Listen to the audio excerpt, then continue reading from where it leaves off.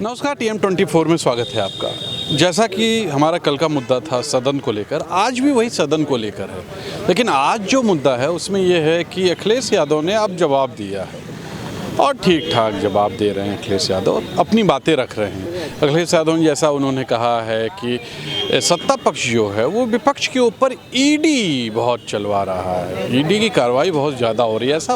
ऐसा पहले नहीं होती थी। क्या सभी विपक्षी भ्रष्ट हो गए क्या? ये मुद्दा है। इसके बाद अभी अखिलेश यादव ने आज जो बोला है, उन्होंने कहा लोक भवन जो है हमने बनवाया। मतलब अखिलेश यादव ने बहुत गिनवा दिया कि उन्होंने काफ़ी पार्क भी बनवाए, Janeshwar milk park, Lohia park, ये सब, यही सब बात हुई। बात करते हैं आम जनता से कि क्या वाकई अखिलेश यादव ने कोई काम किया था कि ऐसे ही बोलते हैं? अखिलेश यादव वाकई एक काबिल आदमी है, पढ़े लिखे आदमी है, उनका सोच भी बेहतर है और उन्होंने जो कह रहे हैं उन्होंने काम किया है, मैं कोई दौर नहीं। लेकिन जनता उस काम को नहीं समझती। जनता कुछ लोगों के मुट्ठी भर लोग हैं, 10% लोग हैं, 90% हिंदू मुस्लिम सब अच्छे हैं, कोई बुरा नहीं है ना। 10% ऐसे लोग हैं नियर अबाउट कि जिनके अंदर ये फतूर की बातें हैं या वो मैनेज हैं किसी पार्टी से। और सबसे बड़ी बात है कि मीडिया भी हमारा सच्चाई से बड़ी दूर हटती जा रही है। बड़ा सही बात इन्होंने की, सच्चाई से दूर हटती जा रही है। तो अखिलेश यादव को किन बिंदुओं पर उठाना चाहिए आवाज़, ये समझ जब तक उनको नहीं आएगी ना, तो चाहे जितना भी काम कर दे, हर घर जाकर के दाल रोटी पहुंचा दे अखिलेश यादव, तो भी नहीं जीतेंगे जब तक वो बीजेपी की चालबाजियों को नहीं समझेंगे। ये हुई बात। अब बीजेपी की चालबाजी ये है कि आप कहते हैं कि आपको माइक पर बोलने में भी डर लगता है। सच है, सही बात। क्योंकि जो सत्ता ताकत से आती है वो ताकत का इस्तेमाल करती है, जो सत्ता चुनाव से आती है वो जनता को हित में होती है। हाँ, ये बात सही है। तो ये आप एक बात बताइए कि सबसे बड़ी एक कमी ये है कि हिंदुस्तान का करीब 90% आदमी ये चाहता है कि चुनाव जो है बैलेट पेपर से होनी चाहिए। 10% भी नहीं चाहते हैं कि BVM से चुनाव हो। तो चीफ इलेक्शन कमीशन भारत सरकार को क्या पड़ी है कि वो इतने बड़ी जनता के, देश की जनता की भावनाओं को कदर नहीं कर रहे हैं।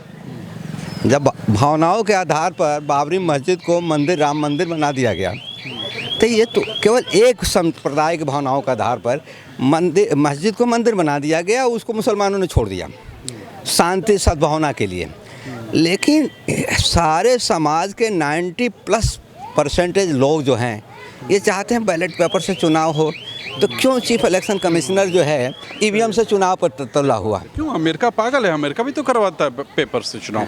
अमेरिका करवाता है, चाइना करवाता है, तो क्यों इंडिया क्यों भागता है? आप एक बात बताइए, आपका घर होगा, परिवार होगा, आप किसी धर्म से ताल्लुक़ हो गए, मान लीजिए आप हिंदू धर्म से हैं, मैं नहीं यहाँ पूछता हूँ, आपको धर्म नहीं पूछ रहा हूँ, ना पूछता हूँ मैं किसी से। आपके घर दिवाली होती है, 100 रुपया के एक मैकेनिक को लेके आते हैं, कहते झालर लगा दो, तो झालर लाल, पीयर, हरा कई तरह का लगाता है। तो कभी लाल जलता है, कभी पीला जलता है, कभी हरा जलता है, कभी तीनों जलता है ना। जब 100 रुपया के मैकेनिक इतना चेंज कर सकता है, तो जहाँ सत्ता पानी है, सत्ता पर राज करना है, तो क्या EVM में खेल नहीं हो सकता है? देखिए, बहुत सही बात, टेक्निकली सही बात इन्होंने कही है। बिल्कुल। देखिए, EVM ये देश को बर्बाद कर देगा। EVM ही देश का सबसे बड़ा दुश्मन है, सबसे बड़ा आतंकवादी EVM है। अगर EVM को नहीं हटाया जाएगा तो ऐसे ही सरकारें आएंगी।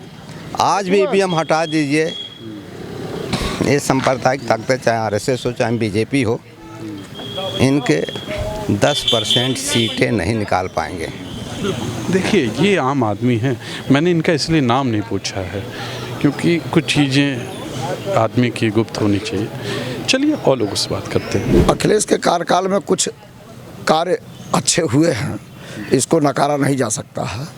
और इस कार्यकाल में खाली बस जातिगत, धर्मगत यही विचार भावनाएं पूरे प्रदेश में दिखाई दे रही हैं। खाली तानाशाही रवैया है जिसका खामियाजा अगर जनता भी भुगत रही है। और दूसरी बात यह कहा जाए कि हमने अपराध खत्म कर दिया, तो अपराध खत्म तो नहीं कर किया, थोड़ा सा कंट्रोल करने का इन्होंने प्रयास किया, लेकिन कुछ ऐसे व्यक्तियों को इन्होंने अपराधी घोषित किया जो अपराधी थे, और कुछ ऐसे व्यक्ति आज भी अपराधी बनकर समाज में घूम रहे हैं जिनको ये अपराधी सिद्ध नहीं करना चाहते, पहले चीज़। और दूसरी चीज़ यह है कि ये कहे कि हमने विकास का कार्य किया, ये कार्य किया, वो कार्य किया। चुनाव में पिछले चुनाव में आपने देखा कि इनके तानाशाही दावे जो थे वो सब हवाई ही साबित हुए थे। बहुत मुश्किल से किसी भी तरीके से जातिगत धर्मगत हिंदूवाद को लाकर चुनाव जीता गया। इसके अलावा कोई विकास का कार्य दिखाकर चुनाव नहीं जीता गया। हमें तो ये लगता है कि मोदी जी के जो लाख कार्य हो रहे हैं उस पर भी पानी उत्तर प्रदेश की सरकार फेर चुकी है। पॉइंट है, गौर कीजिएगा, बहुत अच्छी बात है। और अगला उत्तर प्रदेश में लोकसभा चुनाव जीतना भी हमें असंभव दिख रहा है। मोदी अमित शाह, सीटें कुछ कम होंगी। हाँ, सीटें कम नहीं होंगी, हार भी सकती है लोकसभा चुनाव बीजेपी। उसका सबसे बड़ा कारण है यह तानाशाही रवैया, पुलिस का तानाशाही रवैया, शासन प्रशासन का तानाशाही रवैया, और नेताओं और नौकरशाहियों का मनमानी रवैया। एक आरोप इस सरकार पे लगता है, ये मैं आपसे पूछ रहा हूँ, क्या ऐसा है क्या एक कास्ट को ज़्यादा बढ़ावा दिया जा रहा है? ऐसा इस सरकार में कहा जा रहा है कि एक जो कास्ट है उसको बढ़ावा ज़्यादा दिया जाए। थाने पे भी वो टाइटल दिख जा रही है, अपराधी भी उस टाइटल के दिख जा रहे हैं जो सेफ हैं। तो वो जो टाइटल है, वो टाइटल क्या? देखिए, बीजेपी जातिगत धर्मगत आधार पार्टी बनाई गई थी और इसलिए उसका वह कार्य करेगी ही, आप तो स्वाभाविक जान रहे हैं। लेकिन मेन चीज़ ये है कि यह उत्तर प्रदेश के मुख्यमंत्री हैं, इनको किसी भी जाति धर्म के साथ भेदभाव नहीं करना चाहिए, न्यायपूर्ण तरीके से कार्य करना चाहिए, जिससे सभी जाति धर्म के लोग इनके कार्यों से प्रभावित हों, ना कि जातिगत धर्मगत आंदोलनों से प्रभावित हों। ये जो सत्ता पक्ष है, चाहे केंद्र में हो चाहे यहाँ, ये विपक्ष के ऊपर ईडी की जांच ज़्यादा बैठवा रही है, उसको शिकंजा कसने के लिए। क्या ऐसा सही लगता है? डराने के लिए ईडी का, हाँ ऐसा लगता है, ये पूर्ण सत्य है। ईडी का जांच करके, धमका करके, जो हम कुछ बोल ना पाए, हाँ कोई बोल न पावे, कोई आवाज़। सिसोदिया को लेकर इन्होंने बोला, ये तो सच्चाई है, लगता है हाँ पूरा सच्चाई है कि ईडी का खौफ सबको डराने के उद्देश्य से लगाया गया है। अच्छा, आज अखिलेश यादव ने कहा भी है कि ये जो यहाँ पे बेरोजगारी बहुत ज़्यादा है, जिसका इन्होंने कहा था कि रोजगार देंगे, दिए नहीं। क्या लग रहा है ऐसा है? पूरा बेरोजगारी का, पूरा बेरोजगार लोग हैं ही, रोजगार मिले कहाँ? ये 6 साल में कोई रोजगार मिले ही नहीं। आउटसोर्सिंग संविदा वगैरह का कोई एकदम इससे कुछ भला नहीं होने वाला है। जो बहुत कम सैलरी है उसकी सैलरी के साथ साथ अब ग्रेजुएशन, पोस्ट ग्रेजुएशन लड़कों को MBA वगैरह कराने के बाद इतना खर्चा आ रहा है, और उसमें 9,000 10,000 सैलरी दे करके देंगे, और फिक्स नहीं कब तक, फिक्स नहीं कब निकाल दिया जाए, फिर ओवर एज हो जाएगा, फिर कहीं काम नहीं।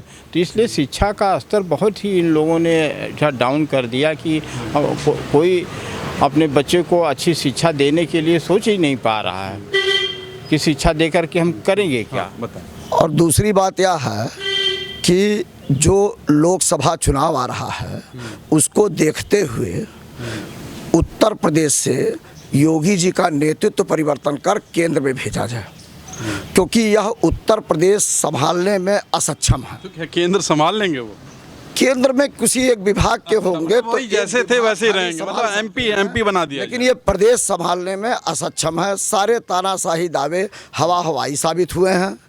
और अगर इन बहुत भयंकर बात कर रहे हैं, बहुत आम आदमी इस तरह बोल रहा है, मुझे बड़ा अजीब सा लग रहा है। चलिए, समाजवादी पार्टी लोक भवन बनवाई, मेट्रो उसी के अखिलेश जी के कार्यकाल में हुआ, और तमाम पार्क भी उन्होंने बनवाया। अब आप समझिए बात को कि जितने ये प्लान इनके बने, जितनी योजनाएं बनी, आज ये योजना लगभग 2000 करोड़ रुपए की है। 2000 करोड़ रुपए में 10 कंपनी का निर्माण हो गया होता, 10 कारखाना उत्तर प्रदेश में बैठ गया होता।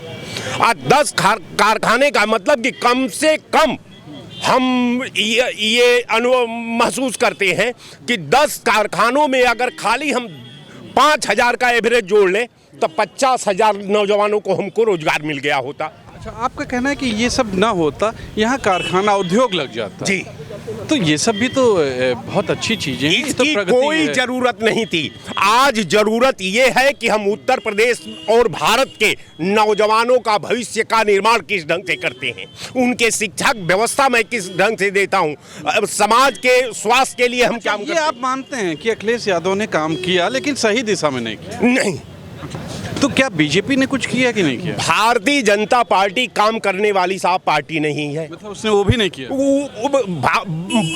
पूरे हम ये 8 साल का मैं भारत सरकार से लेके उत्तर प्रदेश सरकार का मैं बात कर रहा हूं, ये बता दे कि इसने कोई 1 करोड़ रुपए का कोई योजना का आधारशिला रखा जिससे भारत की का भविष्य का निर्माण सुनिश्चित उसमें हो, नौजवानों का भविष्य सुनिश्चित हो, देश का निर्माण उसमें सुनिश्चित हो। देश के निर्माण के लिए तो कहते हैं कि उन्होंने इतने बड़े फ्लाईओवर बनाए हैं, रोड बनाई अटल जी के कार्यकाल में। मेरे भाई, जो रोड बना है वो जानते हैं अनुबंधित सड़क है, और वो अंतरराष्ट्रीय वो विश्व बैंक के द्वारा निर्माण होता है। जितने नेशनल हाईवे, प्रधानमंत्री रोजगार योजना, ये सब रिक्शा चलाने वाले को ये लोग समझाते रहे, हम तो समझ रहे हैं और आपको भी बताने का प्रयास कर रहे हैं कि जो सड़क का निर्माण हो रहा है, जितनी नेशनल हाईवे सड़क है, उसमें न राज्य सरकार की कोई भूमिका है और न केंद्र सरकार की भूमिका है। वो विदेशी कंपनियां बना रही हैं और अपने हिसाब से उसका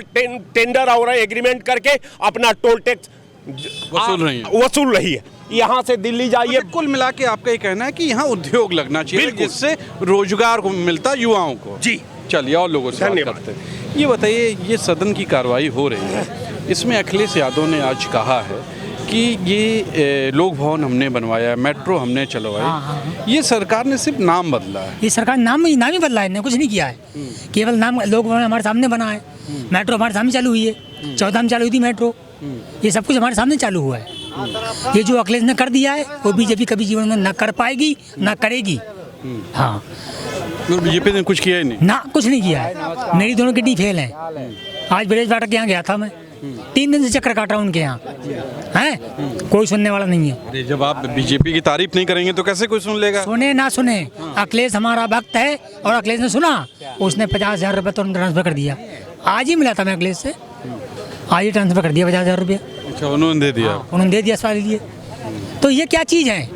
ब्रजेश पाठक हैं, संजय सिंह गंगवार हैं पीलीभीत के गन्ना चेयरमैन, उनके पास हम 3 घंटे रहे थे, हैं हम कर देंगे, ये कर देंगे, वो कर देंगे, कुछ नहीं करा। जो सपा कर देगी वो जीवन में कोई नहीं कर पाएगा, कोई नहीं कर पाएगा। माई का कोई पैदा नहीं हुआ जो कर दे। ये दावे साथ कहता हूँ, स्टाम्प लेके। अखिलेश यादव ने कहा है कि ये जो वर्तमान सरकार है, चाहे केंद्र की हो या यूपी की हो, ये विपक्षियों के ऊपर जांच बड़ी बैठा रही है, ईडी का बहुत ये चक्कर केवल इनका यही मैटर है, बस जांच बैठालना है। जैसे मैं आज दोषी पकड़ा गया, घर पर बुलडोजर चल जाएगा, जाके कुड़की हो जाएगी, जेल चला जाऊंगा मैं, बस यही है। और कोई मुद्दा नहीं इनके पास, इनके पास कोई मुद्दा ही नहीं है। नहीं, अरे दोषी पकड़े जाएंगे तब तो चलना दोषी है ही नहीं। अच्छा है, दोषी है, कानपुर दोषी था वो, जो कानपुर कांड हुआ दोषी था वो। बताओ दोषी था, बताओ दोषी था वो, हैं? हमें बताओ। हम काम तो बड़े बड़े, उनका कहना है कि इनकाउंटर, अभी कल बताइए कि इनकाउंटर हुआ है, काम बड़ा नहीं हो, नाम बड़ा हो रहा है। ठोक दो वाली नीति पे काम हो रहा है। कहाँ काम हो रहा है? इनकाउंटर हुआ ना कल? किसका? कल एक क्या इनकाउंटर हुआ? हम कह रहे हैं तुम उसका करो, क्या नाम उसका? किसका? वो है यार, इससे बड़े का नाम मत ले लीजिएगा। क्या जेल चले जाएंगे और क्या होगा? बड़े का नाम नहीं लेंगे। देखिए क्या बात है, बड़ी हिम्मत है। वो क्या नाम उसका, ठाकुर है ये यहाँ का सांसद जो था, ब्रजभूषण सिंह, उनका क्यों नहीं हुआ इनकाउंटर?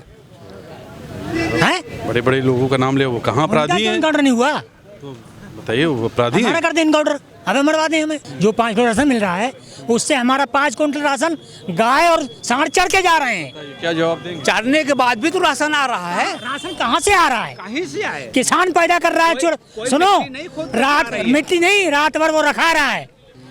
मोदी जी ने कहा था कि हम नौकरी देंगे। कितनी? उनने केवल नौकरी दी, रात की चौकीदारी और दिन की अपनी पहरेदारी। खुद भी तो चौकीदार है ना, तो तो सबको चौकीदार हैं, चौकीदारी रहेंगे वो। नहीं तो हम तो ये कह रहे हैं कि सरकार को ये देखना चाहिए कि गाय और सांड जो किसान का चल रहे हैं 2000 रुपये किसान यदि दे रहे हैं, उससे क्या हो जाएगा? हमारा 20,000 नुकसान हो रहा है महीने साल का 20,000 नुकसान हो रहा है हमारा। देखा आपने जो सदन में कार्रवाई हो रही है उसका जो नतीजा सामने निकल रहा है, या जो लोग समझ रहे हैं, जो लोगों की प्रतिक्रिया है वो सामने आपके है।